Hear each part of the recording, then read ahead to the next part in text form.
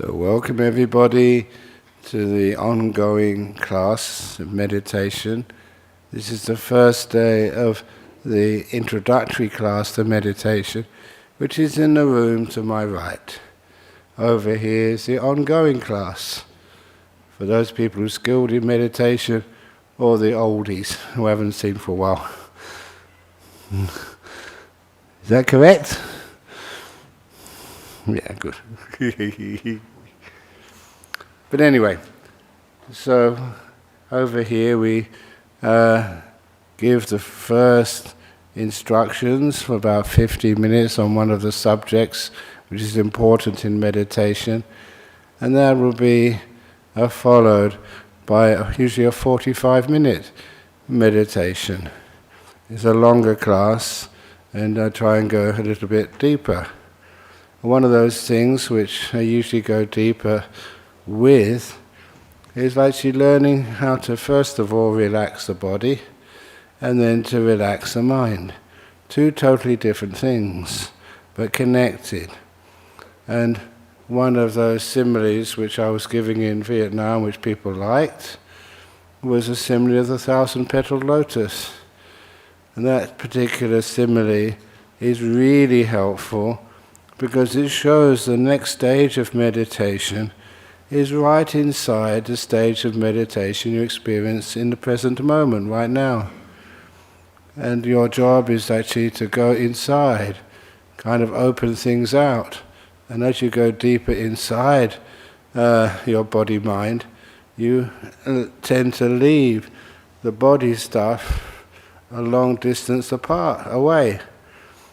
It's like when you're first meditating, you can feel the whole body, but after a while, the body kind of disappears. Because somebody told me over in Vietnam, I just came back from the yesterday morning,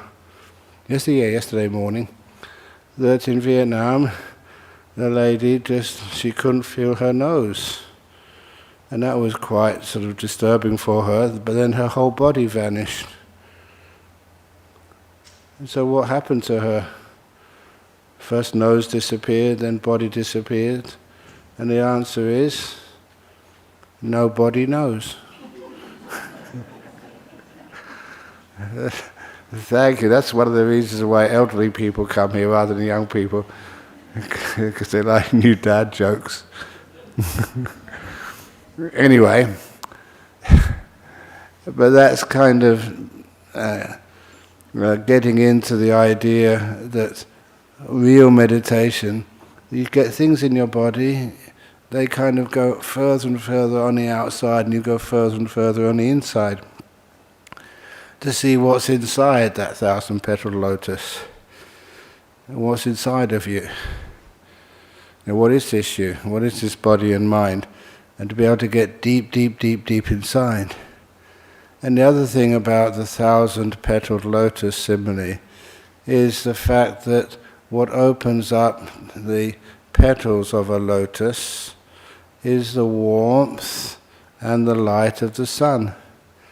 When the sun goes up in the morning, the sunrise, and the light falls on the lotus flower, which is all closed up, that's when the light opens up those outermost petals, as long as it's accompanied by warmth, the light and the warmth. And in this simile, the light stands for mindfulness, the warmth stands for kindness.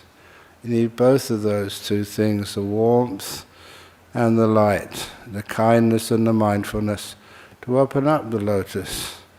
And as you open up, first of all you have your body, and your body, it's old or young, male, female, transgender, or whatever, you find that becomes kind of insignificant. As it opens up, you go to what's inside of that. And in this meditation, as long as you maintain the mindfulness and the kindness, those two things is all you have to do, kind of. So it's not a complicated method of meditation, but it's also very, very effective. So once you go inside your body, the next thing which I usually ask people is to go inside the mind, and one of the first things to do is to go inside of time. Inside of time, there's no past, no future, but just go into this, right in the center of this present moment. There's one beautiful method, which, sometimes I forget these methods, but I was reminded of when I was in Ho Chi Minh last week, was the simile of carrying the suitcases. And I'm sure you've all done this before, carrying 2 heavy suitcases. When you keep carrying them for too long, you do find that you get very tired and you get very weak, and sometimes it aches so much it can even hurt your arms. So in this part of meditation, to get into the present moment, I imagine I'm carrying 2 heavy suitcases, and I imagine I can feel the weight on my arms and my hands too, scrunched up all the time. And then I pause and I imagine the suitcase in my left hand represents my past. Not just the good memories, but many of the troubling memories. And as I'm worrying about the past, that's like so much stuff in that suitcase. That's what makes it really, really heavy. And instead of just throwing the suitcase away, I find that's too difficult. There's also some good memories in there. How can I let it go without any worries or concern that somebody's going to make it disappear along with the good memories? So what I do, I imagine myself leaning to my left and lowering that suitcase gently to the ground. And as I lower it closer and closer to the ground, there's that magical moment when the suitcase touches the ground and all the weight vanishes. And that allows me to unloosen my grip, take my hand away from that suitcase, and then move my hand upwards, so my arm and shoulder can rest. The suitcase has not disappeared, it's safely by my side. Then I do the same to the suitcase in my right hand, which represents my future. All that stuff in the future which you can worry about, as well as your hopes and dreams. But the heavy stuff is mostly all the problems one's afraid of. And then one leans to the right, which allows you to lower that suitcase closer to the ground. And when it reaches the ground, the weight disappears, allowing you to pull your hand away from that suitcase which you've been carrying, and you forget about the future. So if you let go of the past and the future, and you look down, they're safe, no one is going to take those suitcases away, unfortunately. But nevertheless, you put them down on the ground. When you put them down on the ground, you notice your arms can recover from all that stress of holding heavy weights for too long a time. You feel your shoulders can expand and just feel more natural. They recover, they recuperate, and they become strong again. And if you wish to pick those suitcases up, you can. But you notice where you're staying right now, in this simile, is in the beautiful present moment, where you've got nothing much to handle, or nothing at all. It gives you the first sense of kind of freedom in meditation. You're in this present moment. And then once you're in the present moment, really getting into the present moment, right in the center of now, you find how pleasant it is. And it's the pleasure of being in the present moment, the pleasure of it, that allows you to relax and stay there. And every moment you get more focused in the present than before. And as you get more focused in the present moment, then you learn how to be silent. Sometimes I gave a simile of like being a host at a party. and you greet all the members as they come through the door. But all you can do is just maybe shake their hand. You can't say their names or any sort of small chat because there's so many people coming in. If you talk to the first person you meet, the second person coming behind doesn't get any of your attention at all. So what it does, when you're really in the present moment like this, you can't say anything. So shake their hand or just wave, but you can't say anything because talking takes time. If I talk to any one of you, Venerable, see how I disturbed him? And he has to speak back? Sorry about that. But just this is what happens with speech. We do actually waste time. And so instead, as experiences come into our mind and go out of our mind, all we can do is to notice them, not to actually discuss things with them.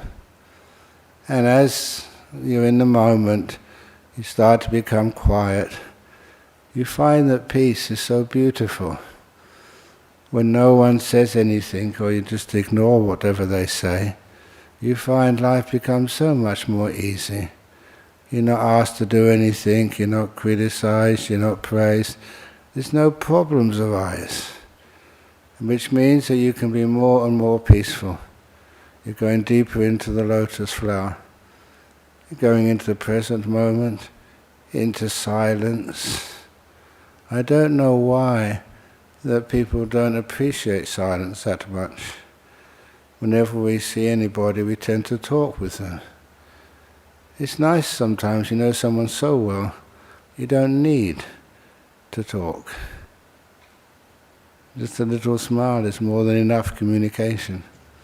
So anyway, as we get silent and peaceful, we find that the business which we have to do in our mind gets less and less and less. Because the business gets less, even the amount of breath which you need to keep your metabolism going gets less and less. And there's nothing else to watch except for your breathing. It just happens so naturally.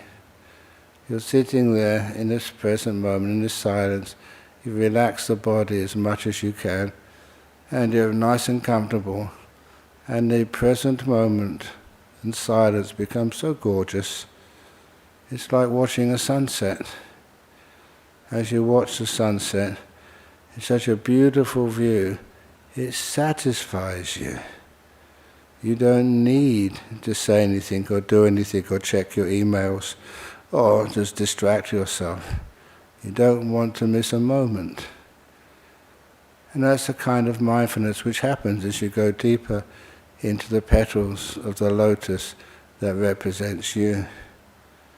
And as you're experiencing this, the breath comes up automatically.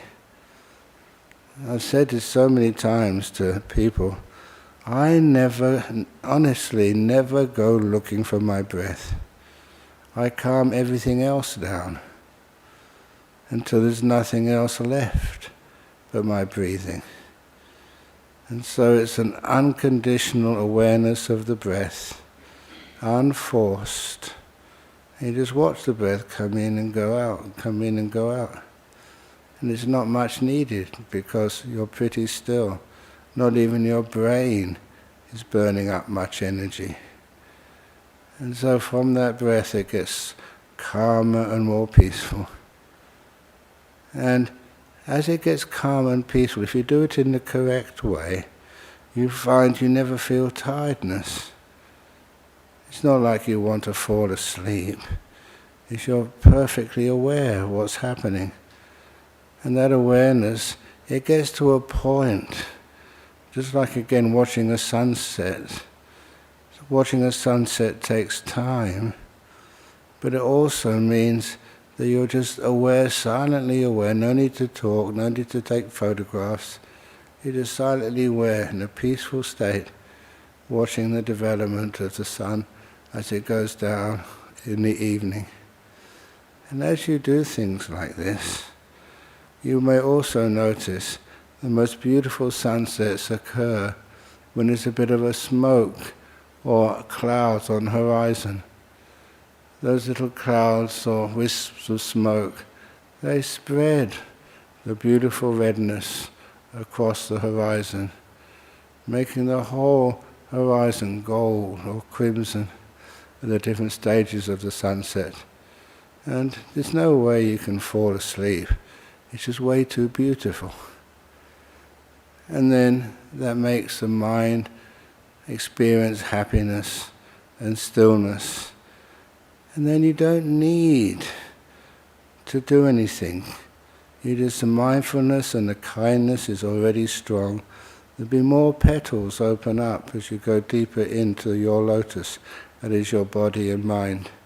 As you go deeper in, I've told many people on retreats, the next thing which happens is the breath becomes the beautiful breath. In other words, it's not just breathing in, it's wow, breathing in the most beautiful, delightful breath you've ever experienced. And then breathing out so gently, so naturally, but it's all combined with a sense of mental happiness, a joy which is not inherent in the sunset, it's not inherent in the breath. It's just the way the mind is so peaceful, sees so much, and sees everything as really, really beautiful. And as that happens, the mindfulness stays with the breathing and doesn't want to go anywhere. It just goes deeper into it, and inside that breathing, inside that layer of petals, then you go to the center of the breathing. There's just one way of putting it, which is you see the beauty without the breath happening. In one of the books which I wrote years ago, I called this like the Cheshire cat in the book by Lewis Carroll on Alice. You saw a cat who was appearing and disappearing, and then she mentioned to the cat, "You come and go so fast, it really makes it having a headache." So the cat said, "Okay, I'll vanish slowly," and described the cat vanishing part by part, the ears of the cat disappearing, the head disappearing, the eyes disappearing, the nose disappearing, until all that was left was the smiling lips of the cat. Cheshire cats are supposed to be always smiley. And so the Cheshire cat, all that was left were the smiling lips, until finally the lips disappeared, leaving only the smile. And I thought it was kind of cool at the time, that you have a smile with nothing doing the smiling. That was such a beautiful simile of how it occurs in meditation. The breath vanishes, but the happiness of the breath remains. And that happiness of the breath, once it remains, what you're seeing there is the thing which we call the mind, the citta. And there it's starting to appear as like a happiness. However, the way that people interpret that, the most common way is seeing it as a beautiful light in the mind.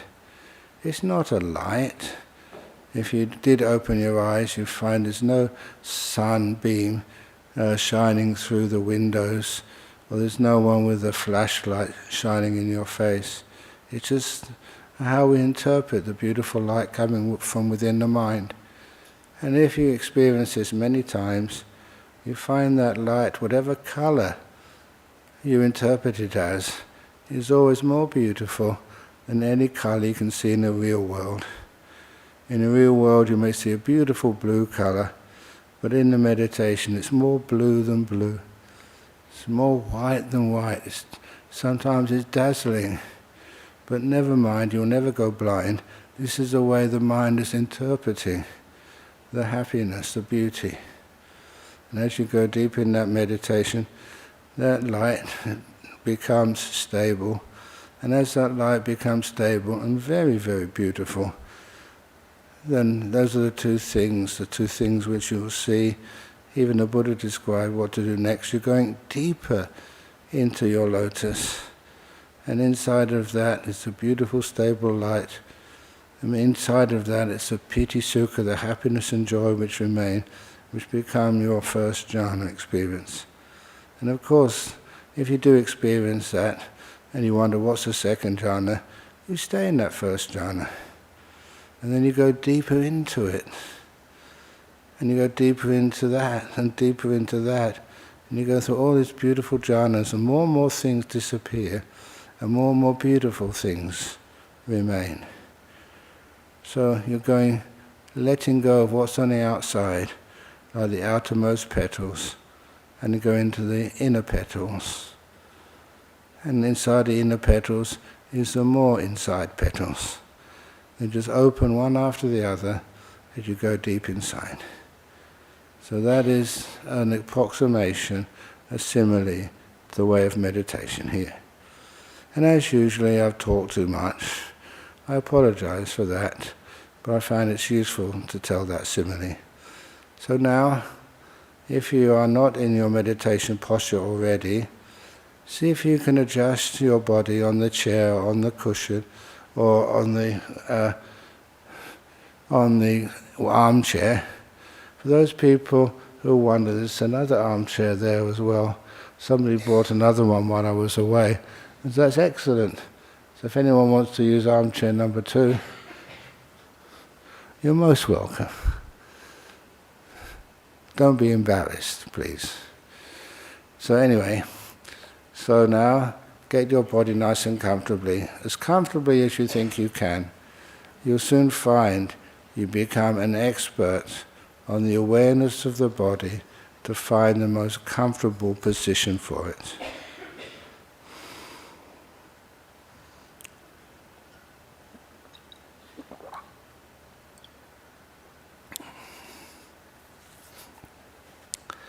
Excellent.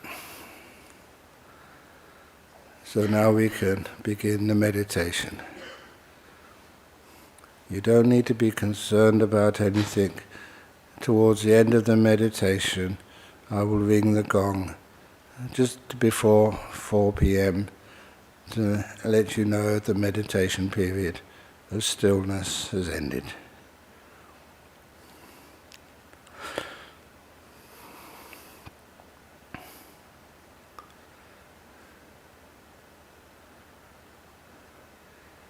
So I'm putting all my awareness plus kindness onto my body. It's the general getting to know my body at the beginning. I do notice my sinuses are a bit inflamed.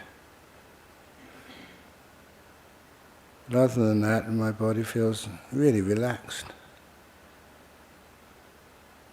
But now I'm going to take that relaxation to a much deeper level. When I left Vietnam, the people asked me for a statement, something to remember me by. So I got them all to repeat what I taught once in South Korea. Relax to the max. The most important part of that was to the max. See how much you can relax your body. And I usually do this by focusing on parts of my body and sweeping that attention upwards, starting from my toes. I am now putting all my awareness on my toes. I can feel them. And I add the second ingredient of kindness. I'm kind to my toes. And I'm adjusting my legs because of that kindness to make my toes even more comfortable. Mindfulness comes first. and then the light, and then the warmth of kindness. And as I'm kind to my toes, you can feel them. And my right toe is a bit squashed, in that angle between my calves and my thighs. So I just moved again. And then I'm mindful again of my toes. And it's like they say thank you. This is not restlessness, because every time there's a purpose behind this, and that is to make my toes more and more comfortable. I kind of like practicing on my toes, because it's like a training to relax other parts of my body which are way more sensitive. When my toes say thank you, that's how my mindfulness works. I ask them questions, and I move them, adjust them, relax them to the max. And this is the result I get. My toes feel actually so much more comfortable. And then I move upwards on my feet to the balls of my feet. And I find just through awareness and adding kindness, I can relax them more deeply than when I started. The awareness allows me to relax, and the kindness is the method by which it all relaxes. And I go to the soles of my feet. My feet feel fine there. Go to the heels of my feet. They feel pretty at ease. And the uppers of my feet. If there's any part of your feet which need a bit more attention, please take the time to give it to your feet. And always have that kindness as a medicine. I said yesterday, and I said many times over it when I was teaching a retreat in Vietnam, I taught many times that I remember my mother, if ever I injured my legs playing soccer in the street, I would cry, 5 or 6 years of age, and then she would run towards me, lean down, inspect the wound. And a lot of times all she would do was put her lips on that wound to kiss it better. And that's all I needed. The kindness of a mother to her son. And as soon as she kissed it better, the pain went away. And off I was playing soccer again. It never got infected. The kindness was the great panacea.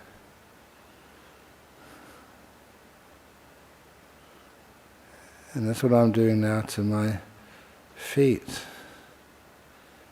It's like my feet, like separate beings saying, thank you, thank you, thank you.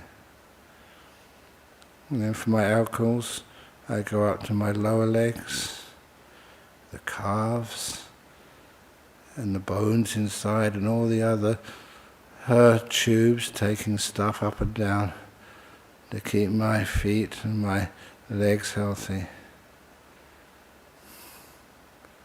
It's like I look at them with gratitude and kindness, and then they all relax a bit more. I don't know, there's no pain or aches there, but this method reduces any possible aches or pain later on.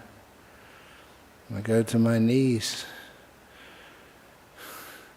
So many people have sore knees by accidents, playing sort of aggressive sport, or just sitting too long, when I start my meditation, I look at my two knees.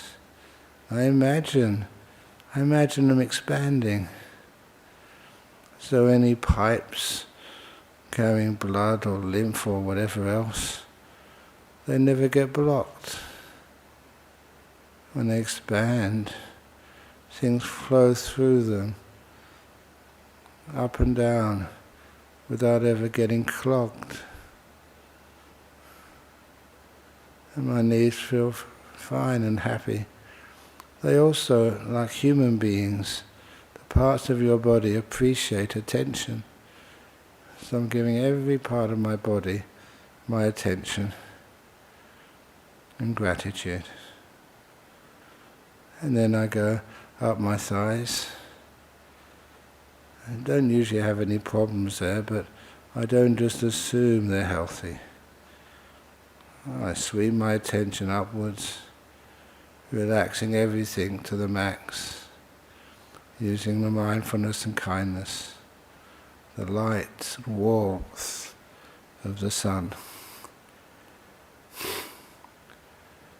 And my thighs relax. It's kind of a weird sensation, but I often feel like my thighs are sinking into the cushion. They're not held tight, they're not afraid, but they're at peace with the cushion which I'm sitting on.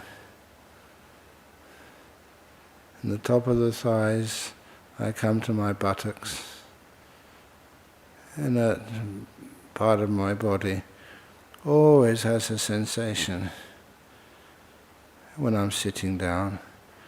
It is the pressure of my upper part of my body passing through my buttocks onto the cushion so I can be supported. I can feel that sensation, and I make sure at the very beginning of meditation that sensation is well balanced.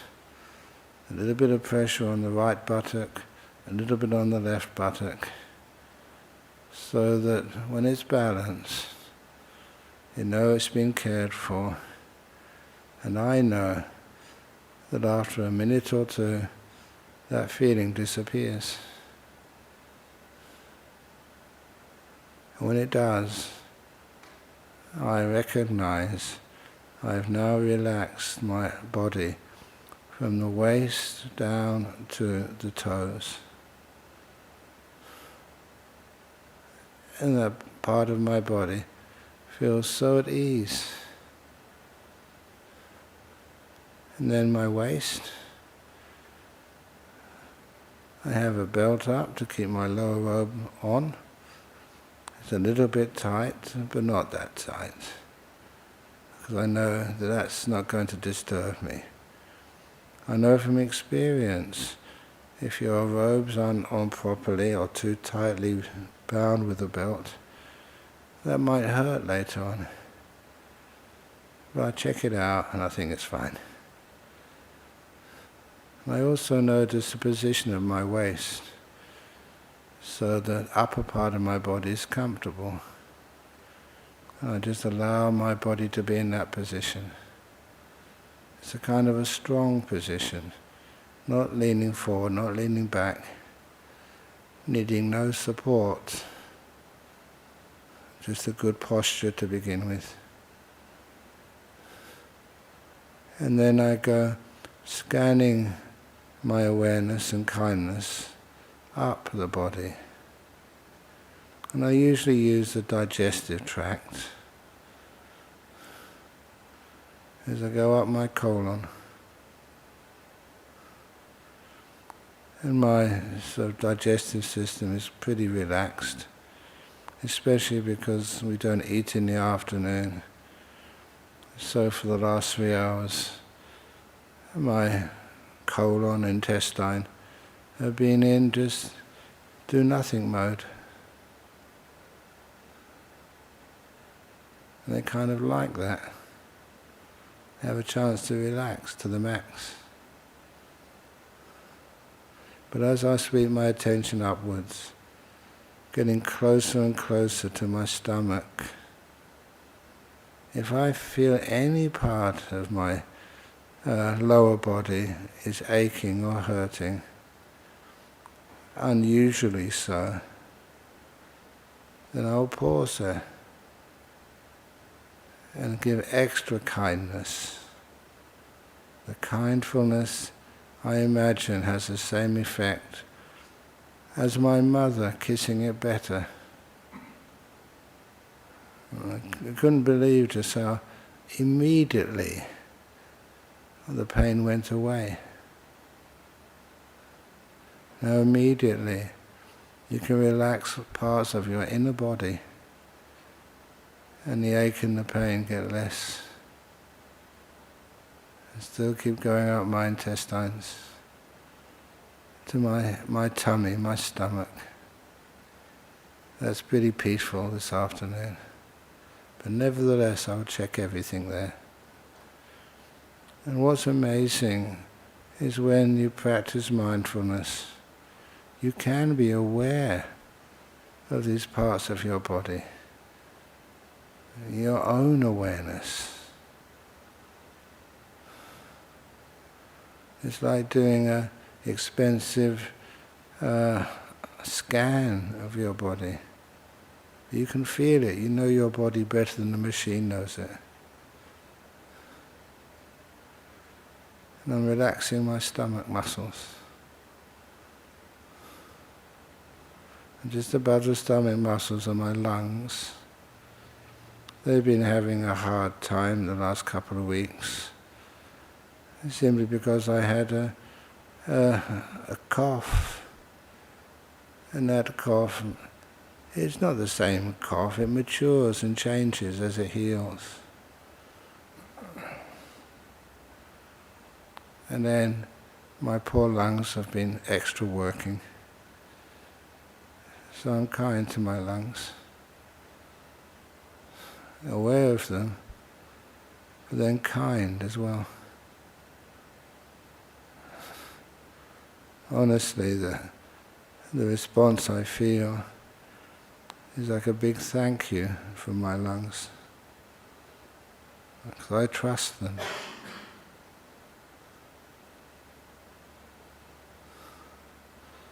And from my lungs I go to my heart region.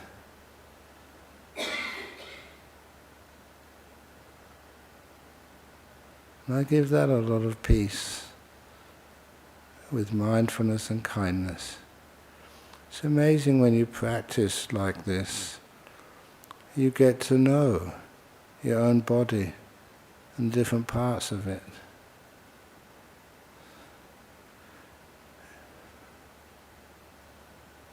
And then I go up from my heart, physical heart, up to my shoulders.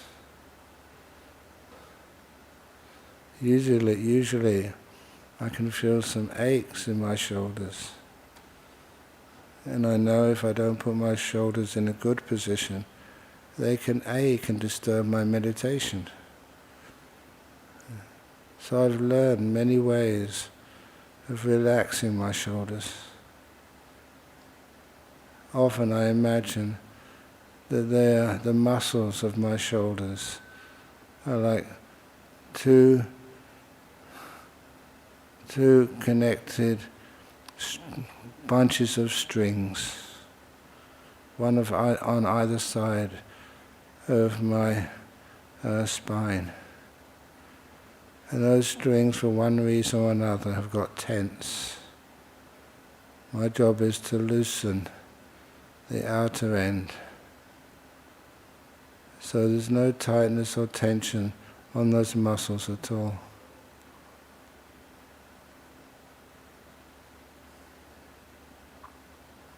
I experiment a lot, so find better ways of doing that. The mindfulness gives you feedback, which means you get more efficient at relaxing any muscle which you're mindful of with kindness.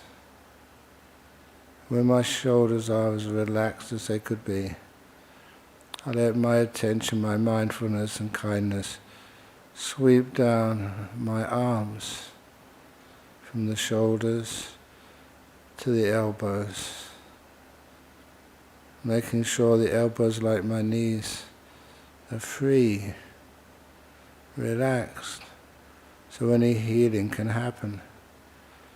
Going down from my elbows to my wrists and relaxing those wrists.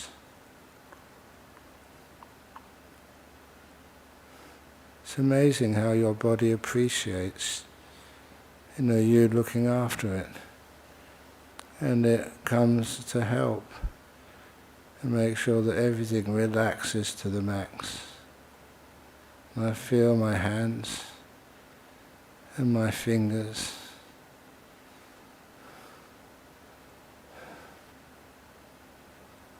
And as I said last night, I ask my fingers, are you comfortable where you are?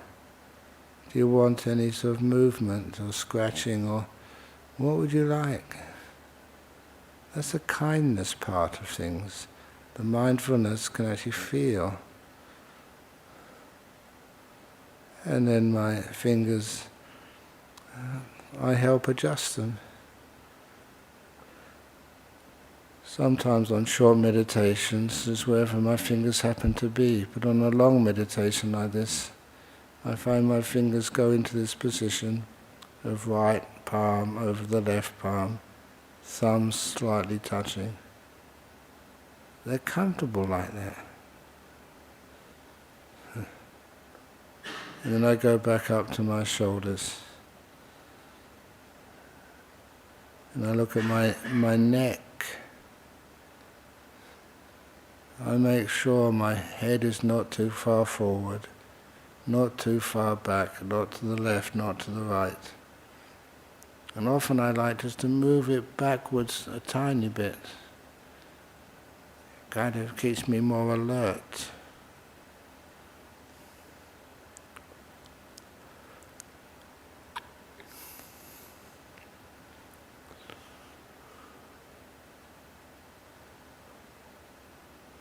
And I'm also aware of my throat, where sometimes a tiny irritation can make a very loud cough.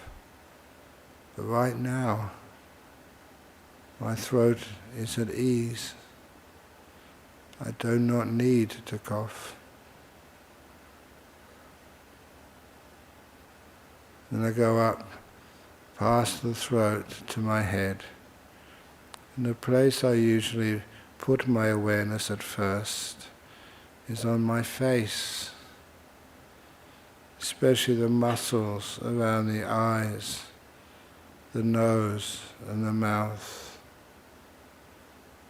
As your physical feature can show whether you're tense, afraid, kind, relaxed, just the way the muscles are configured on the face.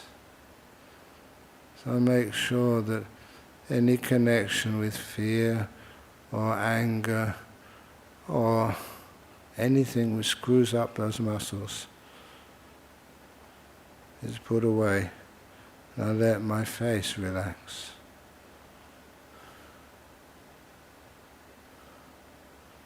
And that's as far as I can go.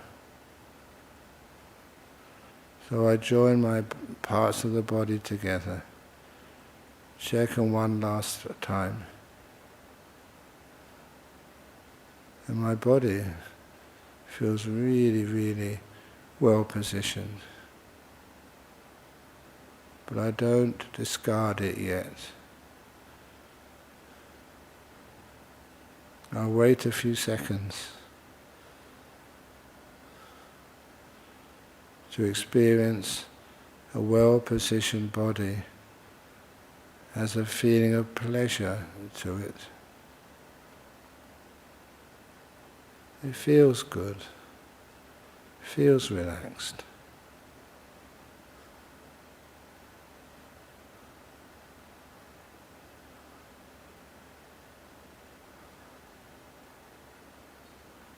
And that relaxation does have a sense of pleasure.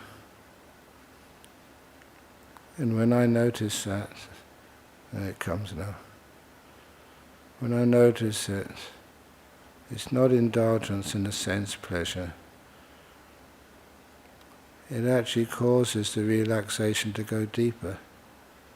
That's why I do it. My body now is almost perfectly relaxed. And now's the time to go inside that layer of petals of my lotus, my body. The body is at ease enough not to disturb me. The first place I go to is in the center of time. If you find it hard to be really in the present, because you've got things to worry about, or things you feel are unfair, then imagine those two heavy suitcases. One with your past, all of your past, and the other one with your future. When you hold them all the time, you get so weakened and so tired. Now you just imagine leaning to the left, which allows you to lower the suitcase in your left hand, your past, all of your past, allows you to lower it to the ground. And once it meets the ground, then you realize how heavy that weight was. You're still holding the handle. So uncurl the fingers from the handle. Move your hand upwards together with your arm. Straighten your back. And allow your left arm and hand to recover, to get strong, pain-free. Then you notice the suitcase in your right hand, your future. Because the future is uncertain, sometimes we have all sorts of possibilities and responses. Plan A, Plan B, Plan C. Even though the thing hasn't happened yet, the suitcase in your right hand is always packed solid. And you lower that suitcase to the ground, leaning to the right, lowering it to the ground. And when that moment happens, the earth takes the weight of that suitcase. You feel free, but you still have to move your hand away from the handle. Straighten the back and let your right arm, hand, shoulder all relax to the max. A very simple exercise, but it does the job of helping you let go of the real past and the real future. And you can do that. It's not doing something you're not supposed to do. It's allowed, it makes you stronger. And as for the future, I always say that now is where the future is made. Now is the only place you can do anything about the future. You've done a beautiful job by putting it down and relaxing in the present moment. Those petals of time have opened out. You're in the now. It's a beautiful place to hang out. You notice so many things that you kind of have hardly seen before. There's so much beauty occurring in the present moment. But to really get deeply into the present moment, petals, we stop trying to describe things in words. We stop thinking. And instead we know. We can feel. And that feels really nice. the layer of petals at this stage are kind of very beautiful, fragrant. And because there's nothing to do, this is why this is usually the place where the breath comes to me. It's always happening, the breathing. Now I've got nothing interfering with my awareness of the breath. But I must not forget the kindness. I'm kind to my breath. I'm not going to tell the breath how to breathe. My job is only just to hold its hand, metaphorically, as it brings oxygen to my body, pauses, and takes the waste products out, and pauses and does the same again. And I trust my breathing. I never ever want to tell it what to do.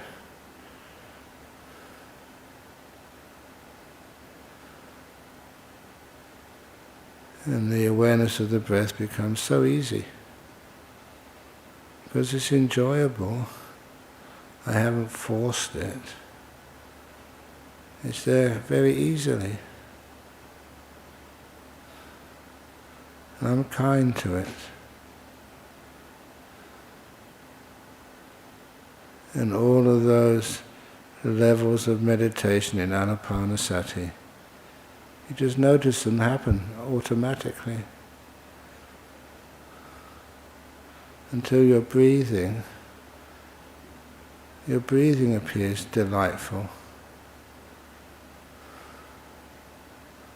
It's not just breathing in air, it's also breathing in joy as well. Breathing out joy. This is where the mind, when it sees things in peace and stillness, really appreciates it. If you stay like this a long time, you'll experience the joy of just simply breathing with not a care in the world.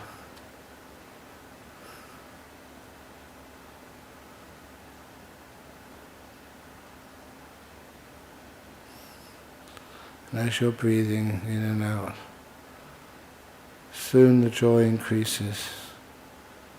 As the joy increases, let the joy petals dominate the breathing.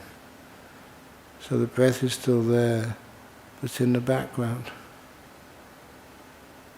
The pleasure is something which you can't avoid noticing. Like the sunset, your perception of sun kind of disappears, but the beauty of a sunset remains. And you see that beauty in such a deeper, more full way.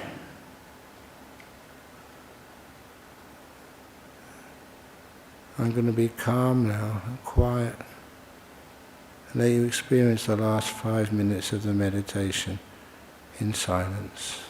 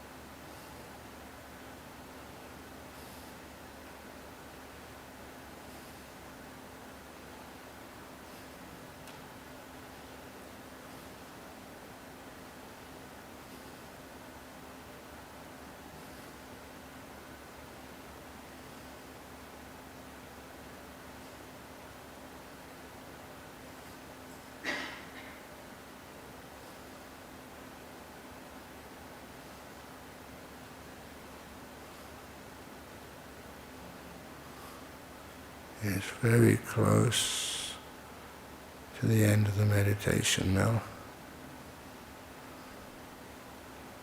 The final outcome. How do you feel? What did you experience? And why?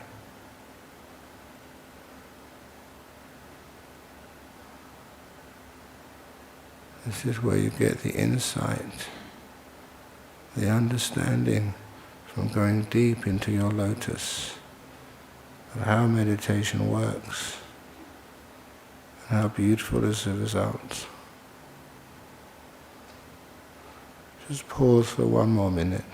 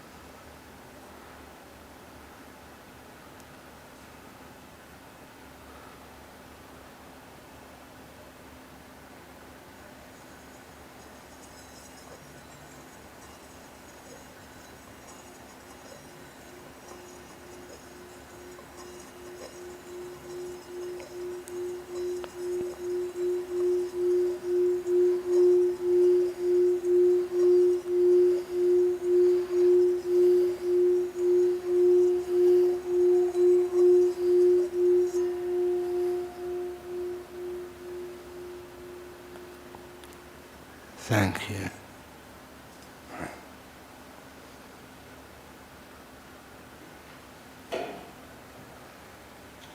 I always felt the ringing of the gong, gong, gong, gong. It was just too coarse. So thank you for allowing me just to let the bell resonate. Now we usually have opportunities for questions and answers. But I usually like doing the Q&A from the computer first of all.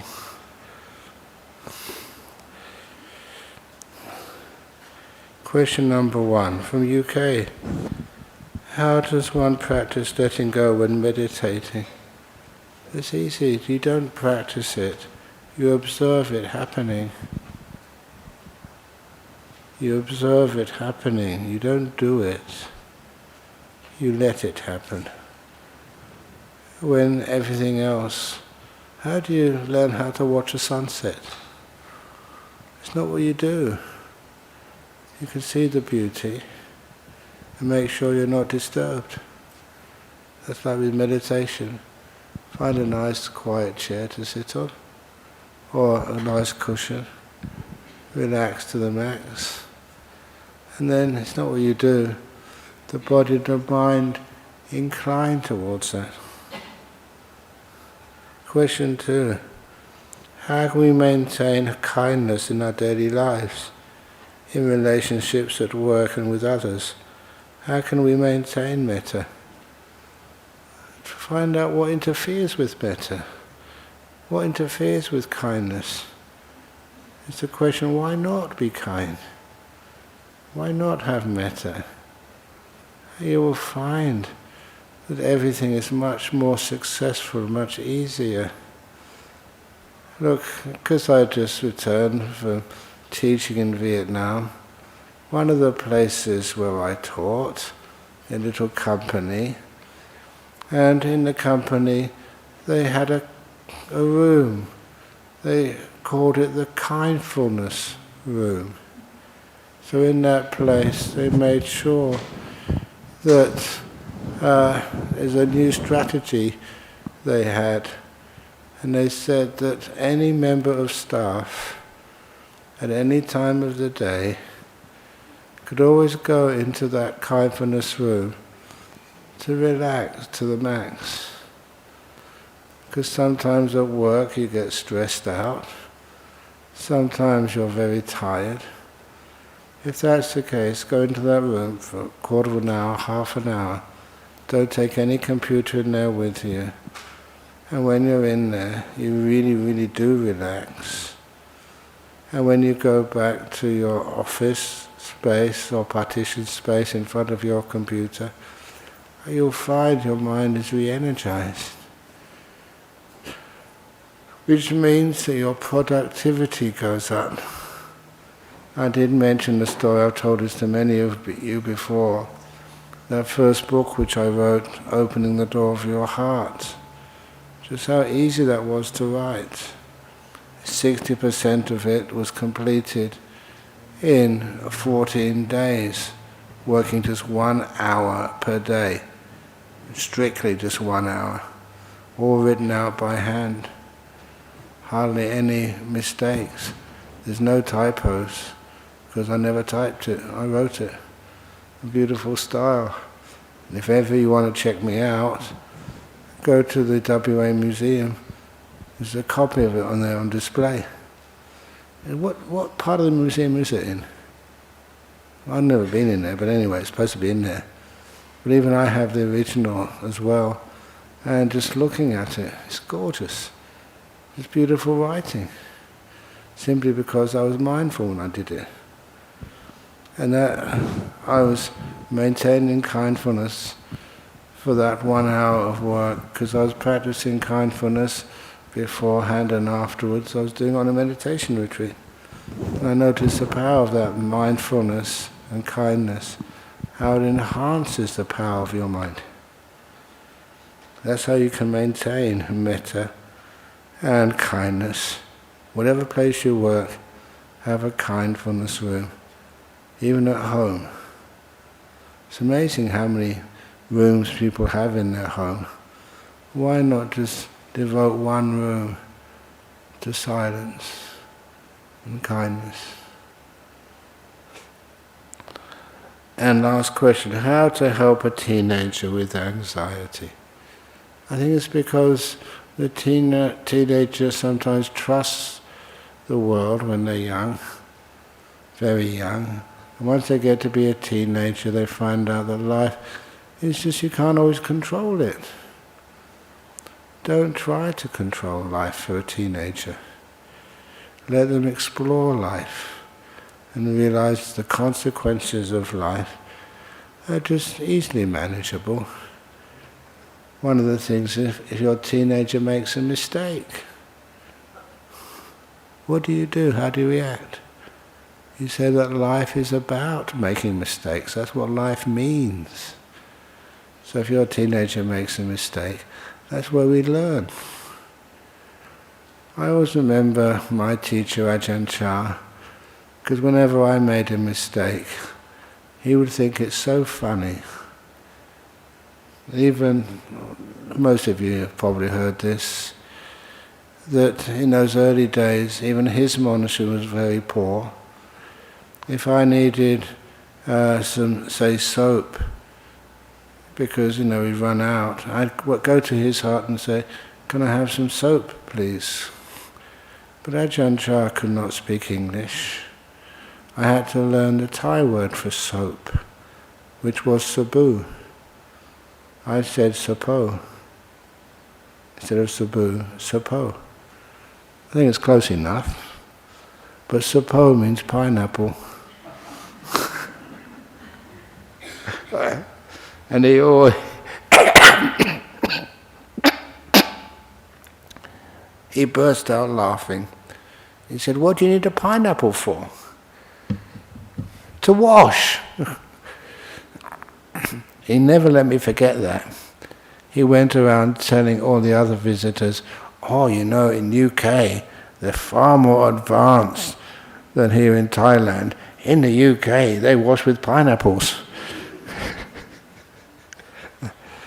I created so much humour for him.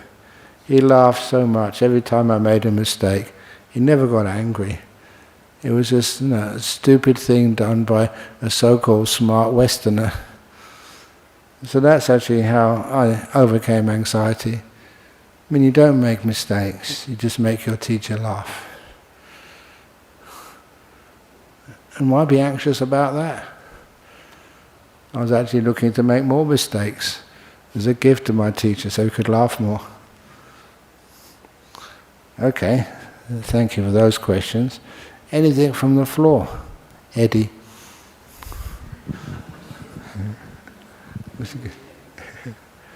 Okay, no, it's quiet. Okay. The workplace. The workplace stress is very critical, no, Ajahn Brahm? The workplace is critical. Yeah, it's critical. everywhere, especially in profit-oriented organizations. This thing. Oh, I think the BSWA organization is not authoritative, is it? Is it hard to work for the BSWA? No, not BSWA. I mean in outside work. Well, Like, for example, my place of work, looking back, all right, yeah. People should be more like the BSWA. Yeah. Have lots of fun, lots of joy, much more energy. And people like to work here. Is that the case? I better be. I remember my place of work, I was regarded like a guru among the staff, Great. All problems come to me, this thing, and I help them solve the problem. Excellent. But you help them also with a kindness and a smile. Yeah. That's like an Ajahn Chah. He was my boss. So when I was in hospital with a terrible fever, he came so kindly to visit me. And his advice was very brief. He didn't have much time, but so wonderful. He told me, he said, I'm either going to get better or I'm going to die. Either way, the disease won't last.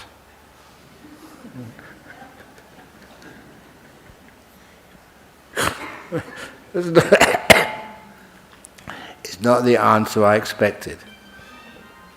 But please, if any of you have someone who's sick in hospital, you can use that.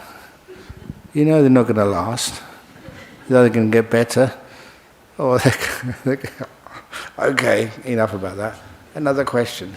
Yeah, I actually work at a hospital, and I'm in trouble now. There's a little chapel there, which is quite a good spot for meditation, on your lunch break and things like that. But often there's people in there that are going through really tough times. They might have a relative that's dying, or they might be dying themselves. So it can be quite heavy in there. Do you have any advice for meditating in that kind of environment? Please go in that chapel and meditate. Your quietness will calm the other people down. They notice that not everybody needs to take on a tragedy and overreact to it. I mean, I say this, you all know this story, where opening the door of your heart statement came from my father. When he told me, whatever you do in your life, however your life turns out, please always remember the door of my heart will always be open to you. I loved him for that. It was unconditional loving kindness. So when he died, I was only 16, I was there in my parents' bedroom trying to wake up my father. He wouldn't wake up, he was dead. And I never felt sad. Kind of weird. The reason I never felt sad was because I remembered all the beautiful things he'd done for me. I thought, what a great dad that was. So honestly, at his funeral service, if I had the courage, I would have done what I felt, stood up and clapped. Well done, Dad. Later on, when I contemplated, how can I feel like that? It's your dad, you loved him so much. And then later on I thought it was like going to one of these great concerts. And sometimes I felt so fortunate to have been in those great concerts. I know the concert has to end. But before it ends you go, encore, encore, hooray, play another tune, another song. And sometimes you do hear the encore. And that's just an extra blissful moment. But I know every time I walked out out of the concert hall, one of those great performances, I never cried. Never once. Do you think that the energy of the environment that you're in can have an effect on you and your meditation? It can have an effect. It's something you want to change. So you go into that chapel and change that environment. Have it a peaceful, happy place. I can always remember that story. A couple of people here, they took that advice and they made this house, and they had their meditation room. It was way before Harry Potter. They put their meditation room under their stairs, and they told their two children, "Don't go under the stairs. This is Mum and Dad's meditation room." And then one day, it's a beautiful story. They had a boy and a girl, and they were very young, 7 or 5 or something. And then, for the first time in her life, their little daughter was hit by her brother, who was 2 years older. And that just confused everything about her. My brother, I love him. Yeah, we fight, we say silly things, but it's the first time he'd ever hit her. And what she did, she ran into the house, to the meditation room under the stairs, and sat. That was her own idea. Mum and Dad said, "Well done. You can't play in there, but if ever you want to use this as a refuge, a place of safety, a place when your emotions get so confusing, you want to find some peace, go in there." And the little daughter found that by herself. That's wonderful if you have a meditation room. And people can go in there, don't need to know meditation. They'll find what meditation is, what real meditation is. Learning how to be aware and make peace.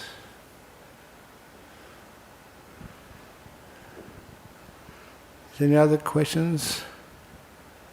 Going. Okay. When I say, are there any more questions, there usually are heaps of questions, because you all come and stand in front of here. I don't mind. So anyway, thank you for coming this afternoon. I hope it was useful for you. And I'm going to bow 3 times so that those people who can stay, those people who need to go, can go.